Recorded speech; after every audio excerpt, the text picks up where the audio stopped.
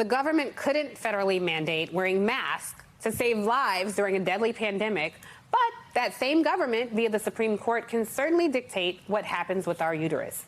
And unfortunately, it doesn't end there. In a concurring opinion, Uncle Justice Clarence Thomas wrote, in future cases, we should reconsider all the court's substantive due process precedents, including Griswold, Lawrence, and Obergefell. That means he thinks the court should come for your right to contraception, same-sex relationships, and same-sex marriage is next. So if you don't think you're impacted by this, I assure you they're coming for you next. Joining me now is Elie Mystal. He's a justice correspondent at The Nation and author of Allow Me to Retort, a Black Guy's Guide to the Constitution.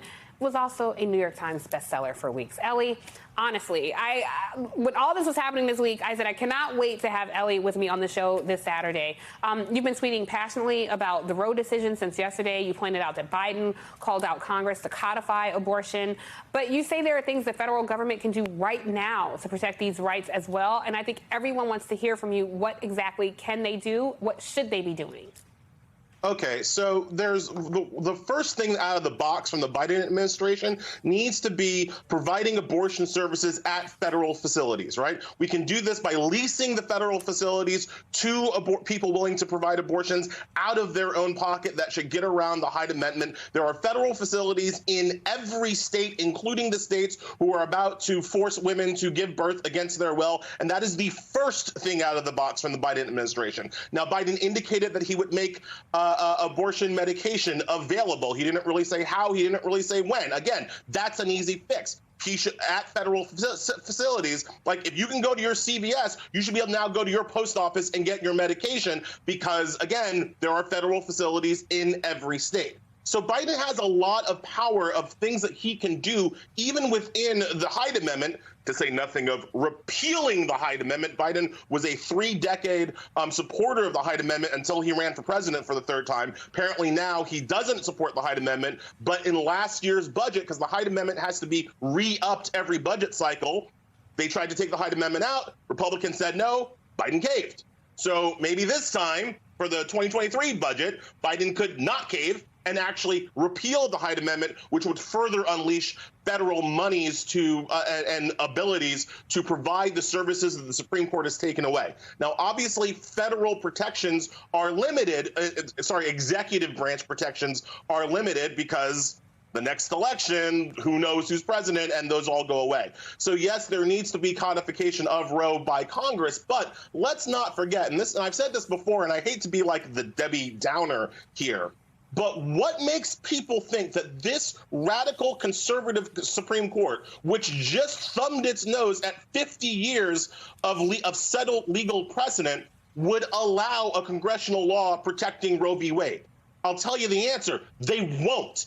They will overturn that law before breakfast. So if you want to get serious about protecting women's rights and the rights of the LGBT community and the rights of non-believers, then you have to expand the Supreme Court. So when I hear Jen Psaki, the press secretary, say that Biden's against court expansion, and he has been clear about that, what I hear is Biden is not willing to do what is necessary to actually fix the problem. Because as long as you let these 6 conservative theocrats control the country, you will get decision after decision after decision rescinding the rights of everybody in this country who is not a straight, white, cis, hetero male or a Glock. Right. Yeah, I honestly, and look, we should talk about, I know the Roe decision is incredibly impactful in an adverse way and devastating, but there were also other really crappy decisions that came out of the Supreme Court. We're going to be talking about the Miranda rights case later, but essentially we lost Miranda rights this week as well. Now, I know in the last block, I talked to Attorney General Tish James, who talked about, protecting women. So in addition to, I bring up the Miranda rights point because I think you disagreed a little bit, and you were saying that women who go to New York could potentially be prosecuted without even having their Miranda rights read to them, by the way, if they go to New York to have an abortion. Explain that. Yeah, so we lost Miranda warnings, not Miranda rights. Your right against self-incrimination still exists under the Fifth Amendment. cops just probably don't have to tell you. And certainly if they don't tell you, you can't sue them for violating your constitutional rights. So it's a little bit more subtle, but it's just as kind of on the ground impactful. The thing about what James said, look, Letitia James is the Attorney General of New York. It is appropriate for her to focus on the laws of New York. So it's not that she couldn't really answer your question. I can, because I don't have a job.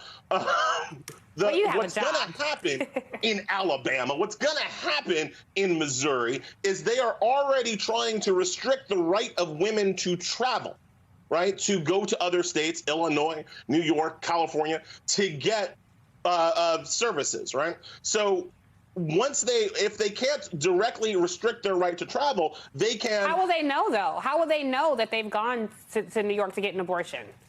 Well, we've already seen evidence that these people are willing to use apps, trackers, anything that they can to try to figure out whether or not a woman has had an abortion. Remember, one of the most disgusting things that is going to happen because of this decision is that women who have miscarriages will now be investigated as criminals by white Republican men.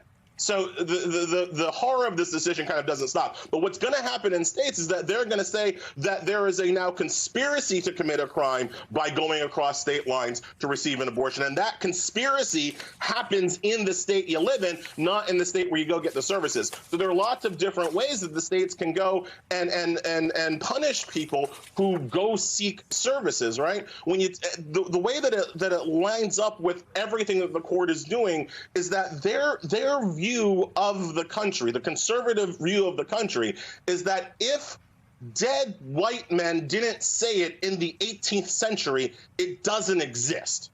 And we know that to be an intellectually bankrupt point because the same people who say that ignore the Ninth Amendment where those dead white men said we can't possibly say all the rights that exist. So it's a full-on broadside attack on liberal democracy.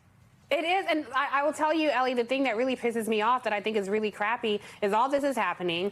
Clarence Thomas is, an integral part of this, while his potential insurrectionist co-conspirator wife is influencing policies and decisions that impact the entire country. But it's such a small group of people casting a dark shadow over the entire American population.